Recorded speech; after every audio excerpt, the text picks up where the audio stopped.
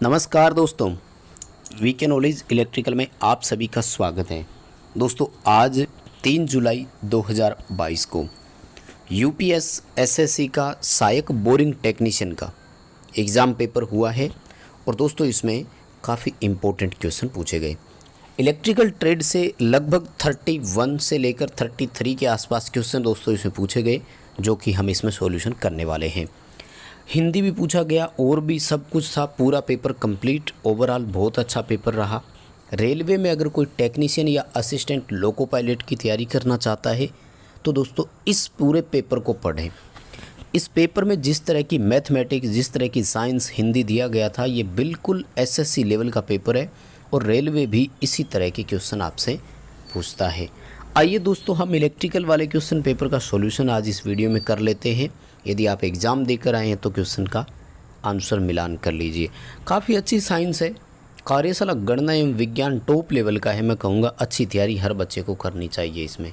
आइए ज़रा हम इस इलेक्ट्रिकल वाले क्वेश्चन का सॉल्यूशन देखते हैं। नंबर 1 यानी हमारे हिसाब से जो आप देख रहे हैं स्क्रीन पर 73 नंबर क्वेश्चन जो है वो पहला क्वेश्चन है। दोस्तों सवाल पूछा गया कि पित्तल किसकी मिश्र धातु है। दोस्तों ब्रास के बारे में पूछा है कि ब्रास जो है वो किसका एलॉय है।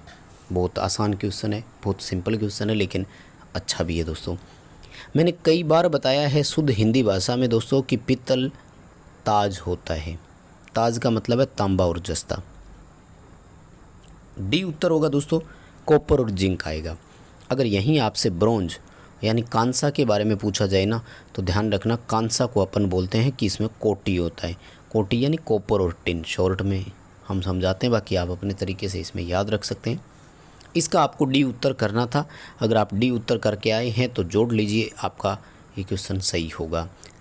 नेक्स्ट क्वेश्चन पूछा है दोस्तों कि एक परमाणु में जो द्रव्यमान यूनिट होती है वो कितनी होती है, यानी ओवरऑल एटॉमिक मास यूनिट इसने पूछा है। दोस्तों क्वेश्चन का आंसर ए होगा। एक परमाणु द्रव्यमान जो इकाई के रूप में लेते हैं वो होता है 1.6605 इंटू 10⁻⁻27 किलोग्राम। ए ऑप्शन आपने यहाँ अगर किया है तो जोड़ लीजिए, ये उत्तर भी आपका सही रहने वाला है। सवाल नंबर 76 दोस्तों पूछा गया और ये मैं विज्ञान जो कार्यशाला गणना विज्ञान वाला है उसमें कई बार मैंने करवाया भी है। घरेलू उपकरणों वाला चैप्टर जब पढ़ाते हैं उसमें उपकरणों वाला तब भी मैंने ये चीज़ें करवाई है। ऊष्मा स्थानांतरण की विधि के बारे में पूछा है दोस्तों। ऊष्मा स्थानांतरण की 3 विधियां होती है, चालन, सेवन और विकिरण। दोस्तों द्रव में जब ऊष्मा का संचरण होता है तो उसे सेवन यानी कन्वेक्शन विधि कहा जाता है। ठोस और गैस में जब होता है, ठोस में जब तो चालन बोलते हैं, द्रव और गैस में जब होता है तो उसे सेवन बोलते हैं। विकिरण होती है जैसे इलेक्ट्रोमैग्नेटिक किरणें चलती है, ईएम वेव्स जो होती है, प्रकाश किरणें चलती है, वो होता है। यहाँ अगर आप बी उत्तर करके आए दोस्तों तो नंबर जोड़ लीजिए। बिल्कुल कन्वेक्शन इसका एकदम सही आंसर है, इसमें कोई प्रॉब्लम नहीं होगी।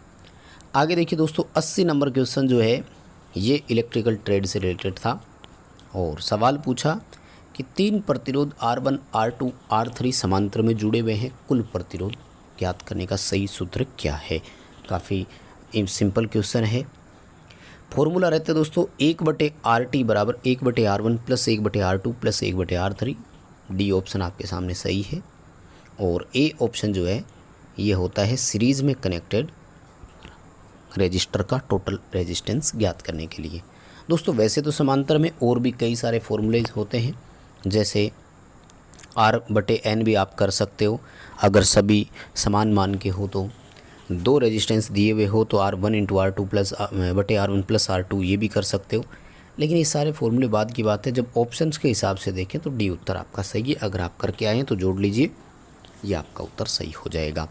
आगे बढ़ने से पहले दोस्तों रिक्वेस्ट करूंगा चैनल सब्सक्राइब जरूर करें और इस पूरे पेपर का PDF नोटिफिकेशन आपको चाहिए तो आप हमारी वेबसाइट से डाउनलोड कर सकते हैं। वेबसाइट का लिंक डिस्क्रिप्शन में दिया हुआ है। हमारा ऐप भी डाउनलोड करें, वीडियो के डिस्क्रिप्शन में लिंक है। प्रतियोगी परीक्षाओं के लिए यहाँ पर आपको सर्वश्रेष्ठ कोर्स मिल सकता है। क्वेश्चन नंबर 81 देखिए दोस्तों क्या कह रहे हैं। ओम के नियम के अनुसार कौन सी विद्युत राशि आनुपातिक धारा प्रवाह का कारण है। I समानुपाती है तो हम सब जानते हैं कि V समानुपाती I होता है, यानी वोल्टेज जिस अनुपात में बढ़ेगा धारा भी उसी अनुपात में बढ़ेगी। ये एक रैखिक क्रम में चलते हैं और इसका कारण होता है कि प्रतिरोध का मान नियत होना। दोस्तों, एक बंद परिपथ में हमेशा प्रतिरोध का मान नियत होता है, कांस्टेंट होता है। इसलिए जिस अनुपात में वोल्टेज बढ़ता है उसी अनुपात में करंट भी बढ़ जाता है, धारा भी बढ़ जाता है। अगला सवाल 82 नंबर, विद्युत इंसुलेटर के रूप में कौन सी सामग्री काम में लेंगे? जो इंसुलेटर बनाते हैं अपन, तो इंसुलेटर पोर्सिलिन के बनते हैं। पोर्सिलिन को अपन सामान्य भाषा में चीनी मिट्टी बोलते हैं। पोर्सिलिन एक इंसुलेटर में आएगा, जबकि सिलिकॉन जर्मेनियम जो है ये अर्धचालक यानी सेमीकंडक्टर में आएंगे, और एल्युमिनियम जो है वो चालक यानी कंडक्टर की कैटेगरी में आएगा। यहाँ पर आपका बी ऑप्शन सही है। अगला दोस्तों सवाल पूछ रहा है कि तार का प्रतिरोध किसके व्युत्क्रमानुपाती है? रेजिस्टेंस क्रॉस सेक्शन एरिया के इन्वर्सली प्रोपोर्शनल होता है दोस्तों। क्रॉस सेक्शन एरिया यानी कटाक्ष क्षेत्रफल के व्युत्क्रमानुपाती होता है। आपको यहाँ ए ऑप्शन सही कर देना है। लंबाई के समानुपाती होता है। आयतन तो नियत रहता ही है, अगर आप लंबाई को खींचकर बढ़ाते हैं तो क्रॉस सेक्शन एरिया में परिवर्तन आता है। आयतन एक अलग पॉइंट होता है। लंबाई के व्युत्क्रमानुपाती, कटाक्ष क्षेत्रफल के व्युत्क्रमानुपाती और लंबाई के समानुपाती। अभी क्वेश्चन के अनुसार ए ऑप्शन सही है। अगर आप ए ऑप्शन करके आए हैं तो जोड़ लीजिए, आपका नंबर बिल्कुल सही मिलेगा आपको यहाँ पर। अगला सवाल, व्हीटस्टोन ब्रिज में शून्य डिटेक्टर के रूप में किसे काम में लेते हैं? दोस्तों, शून्य डिटेक्टर के रूप में गैल्वेनोमीटर काम में लिया जाता है।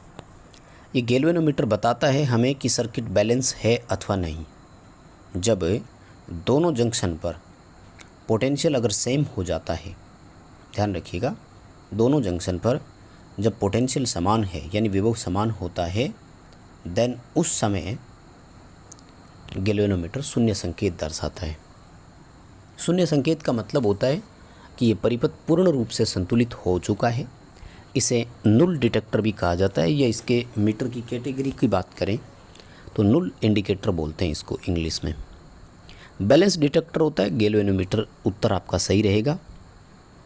यदि आप यहाँ सी ऑप्शन करके आए हैं तो जोड़ लीजिए, आपका नंबर बिल्कुल यहाँ आपको सही मिलेगा। 86 नंबर क्वेश्चन, श्रेणी क्रम में एक प्रतिरोधक और जोड़ा है, परिपथ के कुल प्रतिरोध मान पर क्या फर्क पड़ेगा? बहुत सिंपल क्वेश्चन है, लेकिन इस आंसर की में गलत टिक क्यों लगा हुआ है मेरी समझ में नहीं आया। यहाँ आप देख रहे हैं हल्का सा टिक जो है ना वो बी ऑप्शन पर लगाया हुआ है, जबकि ये गलत है। श्रेणी क्रम में दोस्तों कुल प्रतिरोध हमेशा जोड़ा जाता है, 1 + 2 + 3। अब अगर आपने एक और जोड़ दिया ना तो कुल प्रतिरोध बढ़ेगा, 100% इंक्रीज होगा। इस क्वेश्चन में कोई डाउट नहीं है और आपको डाउट रखना भी नहीं है। ठीक है, सी उत्तर रहेगा कि कुल प्रतिरोध का मान बढ़ेगा अगर श्रेणी क्रम में एक और जोड़ते हैं तो। और अगला देखिए दोस्तों, केसीएल का क्वेश्चन है, किरचॉफ करंट नियम पर आधारित। आपको एक डायग्राम दिया जिसमें 3 ब्रांच दिखाई है, जहां I1 जो है दोस्तों वो इनकमिंग करंट है और 2 और 3 जो है वो आउटगोइंग करंट है। किरचॉफ ने क्या कहा था? Incoming current is equal to outgoing current, यानी I1 का मान जो है वो 2 और 3 के मान के बराबर होगा। यानी इसकी एक समीकरण तो ये बन सकती थी कि I1 is equal to I2 + 3। अब देखो, जब आप 2 और 3 को बराबर से पहले लेकर आएंगे तो दोनों के निशान माइनस होंगे कि नहीं। और किरचॉफ ने ये भी कहा था कि यहाँ पर जंक्शन पर अगर धाराओं का ओवरऑल योग देखा जाएगा तो वो हमेशा कितना आएगा? 0। तो आपका ए ऑप्शन यहाँ पर सही है। 1 - 2 - 3 करेंगे तो उत्तर कितना आना चाहिए? 0। आगे देखो दोस्तों, सवाल इसमें जो है 88 नंबर क्वेश्चन, धारा की इकाई क्या है? तो एम्पियर विद्युत धारा की इकाई है, इसमें तो कोई प्रॉब्लम है ही नहीं। हर्ट्ज फ्रीक्वेंसी की है, कूलाम चार्ज की है, और वोल्टेज जो है वो वोल्ट जो है वो ईएमएफ या पोटेंशियल डिफरेंस का यूनिट है। अगला सवाल है कि किस तत्व की अंतिम कक्षा में 1 इलेक्ट्रॉन होता है? बड़ा सिंपल क्वेश्चन पूछा है। चांदी और तांबा दोनों में होता है दोस्तों। सिल्वर और कॉपर दोनों की अंतिम कक्षा में एक एक मुक्त इलेक्ट्रॉन होता है, या यूँ कहें कि संयोजी इलेक्ट्रॉन एक एक होता है। अब चांदी में क्लास साइज ज़्यादा होती है, इसलिए चांदी की चालकता ज़्यादा होती है। डी उत्तर करेंगे। सिल्वर और कॉपर दोनों यहाँ आपको सही ऑप्शन के साथ ले जाएंगे। 90 नंबर क्वेश्चन कह रहा है दोस्तों कि एक इलेक्ट्रॉन पर कितना ऋणात्मक आवेश होता है, तो 1.6 इंटू 10 की पावर -19 आएगा। प्रोटॉन पर पॉजिटिव, इलेक्ट्रॉन पर नेगेटिव, 10 की पावर -19 का ऑप्शन ही एक है आपके सामने। तो एक अगर ऑप्शन है तो आपके सामने स्पष्ट ऑप्शन आ रहे हैं। अगला सवाल, 1 ओम प्रतिरोध वाले किसी तत्व की चालकता का मान कितना होगा? दोस्तों G बराबर 1/R होता है, राइट। 1/1 करोगे तो उत्तर कितना आएगा? 1 ओम ही आएगा, है 1 महो आएगा, सॉरी ओम नहीं। यानी 1 ओम रेजिस्टेंस और 1 महो कंडक्टेंस दोनों बराबर होते हैं। ये देखिए काफ़ी अच्छा क्वेश्चन है। बहुत सारे बच्चे क्या करेंगे, एक अगर ऑप्शन देंगे तो वो 0.1 कर देंगे कई बार, क्योंकि वाइस वर्सा करते हैं ना हमेशा। खैर 91 में डी उत्तर आपको करना था। आई होप आप करके आए होंगे, तो आपका उत्तर यहाँ बिल्कुल सही हो जाएगा। अगला सवाल, उस परिपथ में तुल्य प्रतिरोध कितना है जहाँ 3 और 6 ओम समांतर में जुड़े हुए हैं और 8 ओम का प्रतिरोध इनके सीरीज में जुड़ा हुआ है। देखो दोस्तों, इसकी व्यवस्था कैसी है, ये डायग्राम कैसा है वो मैं आपको बता देता हूँ। एक रेजिस्टेंस यूँ जुड़ा हुआ है, दूसरा रेजिस्टेंस यूँ जुड़ा हुआ है, ये दोनों पैरेलल में, और इनके सीरीज में यहाँ पर एक और रेजिस्टेंस जुड़ा हुआ है। ये है पूरा ओवरऑल आपका डायग्राम। अब देखो, जब 3 और 6 का आप निकालते हैं ना, तो दोस्तों इसका आता है 2 ओम और 8 ओम का इसके सीरीज में हो गया। देन 8 और 2 का टोटल कितना हो जाएगा? 10 ओम। आपका यहाँ पर ए ऑप्शन जो है वो बिल्कुल सही रहेगा। अगला सवाल दोस्तों 93 नंबर है। क्वेश्चन कह रहा है कि किसी भी बंद नेटवर्क में चारों ओर वोल्टेज का जो बीजगणितीय योग होता है वो सदैव कितना होता है? तो 0 होता है। कैसे होता है दोस्तों? केवीएल ने यही तो कहा था कि अप्लाइड ईएमएफ जो होता है वो वोल्टेज ड्रॉप के योग के बराबर होता है। यानी जितना ईएमएफ आपने लगाया है उतना वोल्टेज ड्रॉप भी हो जाता है। अब ईएमएफ प्लस का है, वोल्टेज ड्रॉप माइनस का है, तो प्लस और माइनस बराबर हो जाते हैं। ओवरऑल उत्तर आपको कितना देखने को मिलता है? 0 मिलता है। आगे देखिए, 100 वोल्ट की सप्लाई से 0.5 एम्पीयर की करंट है, लैंप की पावर कितनी होगी? P बराबर V इंटू आई करेंगे, 100 इंटू 0.5 करेंगे तो उत्तर कितना आएगा? 50 वाट। बहुत सिंपल क्वेश्चन है, मुझे नहीं लगता आपको इसमें कोई प्रॉब्लम होगी क्या। आगे देखो और भी आसान, 10 ओम प्रतिरोध है, 10 वोल्ट की बैटरी है, धारा पूछा था। I बराबर V/R हो जाएगा, 10/10 करोगे तो उत्तर कितना आएगा? 1 एम्पियर यहाँ पर आपका ऑप्शन हो जाएगा। अगला सवाल देखिए, असुरक्षित काम करने की आदत से क्या नुकसान होगा? अनसेफ अगर आपकी वर्किंग है दोस्तों, तो वो प्रोडक्शन को भी प्रभावित करेगी, प्रॉफिट को भी प्रभावित करेगी, व्यक्तिगत नुकसान भी होगा, आपको भी चोट लग सकती है। डी उत्तर आएगा इसमें, उपरोक्त सभी होगा। अगर आपके काम करने की आदत ख़राब है, आदत गलत है, तो इससे इक्विपमेंट को नुकसान पहुंचेगा और उत्पादन भी प्रभावित होगा। डी उत्तर आएगा इसमें दोस्तों, सभी चीज़ें प्रभावित होती है। मान लीजिए काम करने का तरीका गलत है, मैं आपको एक एग्जांपल दे दूं। आप मोटर का बेरिंग रिप्लेस कर रहे थे, मान लीजिए बेरिंग को गर्म करके चढ़ाना होता है, आप उसको अगर चोट मारते हुए चढ़ाएंगे तो वो बेरिंग बहुत जल्दी डैमेज होगा, या तो बेरिंग टूट जाएगा, बेरिंग चोट मारते समय आपको खुद को चोट लग सकती है, इक्विपमेंट डैमेज हो गया और ज़्यादा टाइम लगेगा। नो डाउट 96 में डी रहेगा, मैं गारंटेड कह सकता हूँ। इसलिए यहाँ जो सी ऑप्शन पे आंसर लगा हुआ है वो गलत है, उसको सही ना समझें। 97 नंबर, विद्युत ऊर्जा क्या होता है? तो दोस्तों energy is equal to power into time होता है, ए ऑप्शन आ जाएगा। शक्ति इनटू समय जो होता है वो ऊर्जा होता है, और सिंपल क्वेश्चन है, मैंने कई बार करवाया है, इसमें कोई डाउट रखना नहीं है। सिलिकॉन परमाणु में संयोजी इलेक्ट्रॉन कितने होते हैं? तो 4। ये तो किसी को समझाने की ज़रूरत ही नहीं है, अर्धचालक है। सभी सेमीकंडक्टरों में 4 ही होते हैं, जर्मेनियम जितने भी पढ़े। लाइव इलेक्ट्रिकल सर्किट या उपकरण में कुछ खराबी है, आपको इसकी मरम्मत करनी है। कौन सा अच्छे सुरक्षा के अभ्यास को नहीं दर्शाता है? दोस्तों ध्यान से देखिए, अच्छे अभ्यास की सुरक्षा को नहीं दर्शा रहा है, ये पूछा है। भैया लाइट चालू कौन रखेगा यार? आप इलेक्ट्रिकल इक्विपमेंट की मरम्मत कर रहे हैं तो सप्लाई को बंद करना हमारा सबसे पहला काम होता है। सी उत्तर गलत है कि आप अगर मेन स्विच चालू रखेंगे तो यह गलत अभ्यास है आपका। इसमें बिल्कुल आपकी कोई अच्छी सिक्योरिटी नहीं समझता मैं। सवाल नंबर 100, गंभीर रक्तस्राव हो रहा है, आपको तत्काल क्या क्या काम करने चाहिए। देखो, अगर ब्लीडिंग हो रही है तो आपको उस रोगी को लेटने और आराम करने के लिए भी है, ठीक है, लेटाए रखेंगे, आराम ही कराएंगे, वो तो कोई ऑप्शन नहीं है। घायल हिस्से को शरीर के लेवल से ऊपर रखेंगे, यानी शरीर के ऊपरी हिस्से में रखेंगे, ठीक है ना। शरीर के ऊपर से तो कैसे रख सकते हैं अपन उसको, ठीक है। Rise the injured part above the level of body, शरीर के ऊपरी हिस्से में रखना इसका शायद ऑप्शन था। और घाव पर दबाव डालना, ये भी सही है, ठीक है। मेरे हिसाब से इसका आंसर भी डी रहेगा। हालांकि जो बी की लैंग्वेज है थोड़ी सी वो सही नहीं लगी मुझे। चोट लगेगी तो हम बिठाएंगे, लेटाएंगे, ये भी बिल्कुल सही है। और उस पोर्शन को ऊपरी हिस्से पर रखेंगे शरीर के जिस साइड चोट लगी हुई है, और हम उस पर दाब डालने का भी काम करेंगे। अगला सवाल देखिए दोस्तों, फायर वाला जितना मैंने करवाया शायद ही आपको डीपली किसी ने इस तरह की चीज़ें समझाई हो, ठीक है ना।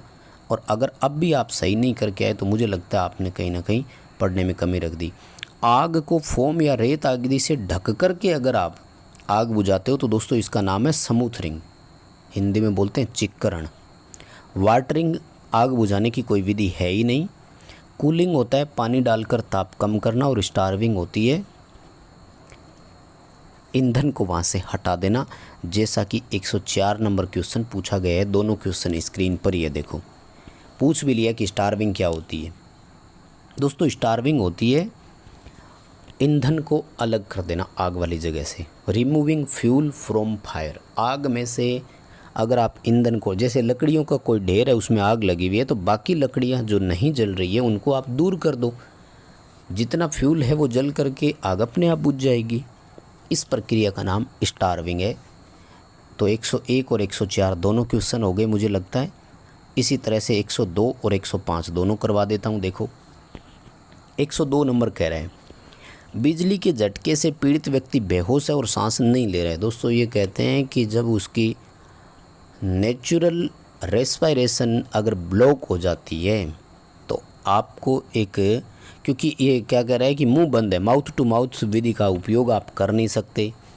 मुंह कसकर बंद है तो देखो ए ऑप्शन तो वैसे ही नहीं आएगा, इनमें से कोई करना नहीं है। सेफर विधि तब होती है जब इसमें पीड़ित के कहीं छाले हो जाए, तब है। श्वसन विधि की बात नहीं कर रहा दोस्तों। बी ऑप्शन सही है। इसमें नेल्सन मेथड आएगा। इसको बोलते हैं गर्दन को झुका करके भुजा को पीछे की ओर ले लेते हैं और उस पर उसको यूं प्रेशर डाल करके श्वसन क्रिया दी जाती है। इसका बी उत्तर सही है, नेल्सन मेथड आएगा। 105 नंबर क्वेश्चन कह रहा है कि ईंधन के रूप में गैस या तरल गैस है तो कौन सी आग आएगी। दोस्तों गैस जो है वो क्लास सी फायर में आता है, ठीक है। ए में लकड़ी कपड़ा कागज़ आ ही जाएगा, बी में आता है आपका लिक्विड, और डी में आता है मेटल्स, धातुओं में लगी आग आता है, डी में ध्यान रखना। अगला सवाल देखो 106 नंबर क्वेश्चन, ईंधन के रूप में लकड़ी कपड़ी कागज़ इनमें आग लगी है तो इसको आप कैसे बुझाएंगे। क्लास ए की जो आग है दोस्तों वो पानी से बुझ जाती है, पानी वाला ऑप्शन ही हम इसमें काम में लेंगे। निषेधात्मक और अनिवार्य चिन्ह जितने भी होते हैं, प्रोहिबिटेड और मैंडेटरी, इनकी आकृति वृत्ताकार होती है। त्रिकोण जो है ये होता है वार्निंग साइन। दीर्घ वृत्ताकार किसी की आकृति नहीं है। वर्गाकार होते हैं इन्फॉर्मेटिव यानी सूचनात्मक चिन्ह। दोस्तों इसके बाद में कार्यशाला गणना एवं विज्ञान और धातुओं के यांत्रिक गुण के टॉपिक्स में क्वेश्चन शुरू हो गए। सोल्व जरूर करवाऊंगा कभी, लेकिन आज की इस वीडियो में केवल टेक्निकल यानी इलेक्ट्रिशियन वाले ही मैं आपको करवा रहा हूँ। जल्द ही बाकी और क्वेश्चंस का भी सॉल्यूशन आपको मैं प्रोवाइड करवाऊंगा। वीडियो लाइक ज़रूर करें, चैनल को सब्सक्राइब करें। PDF डाउनलोड कर सकते हैं आप हमारी वेबसाइट से।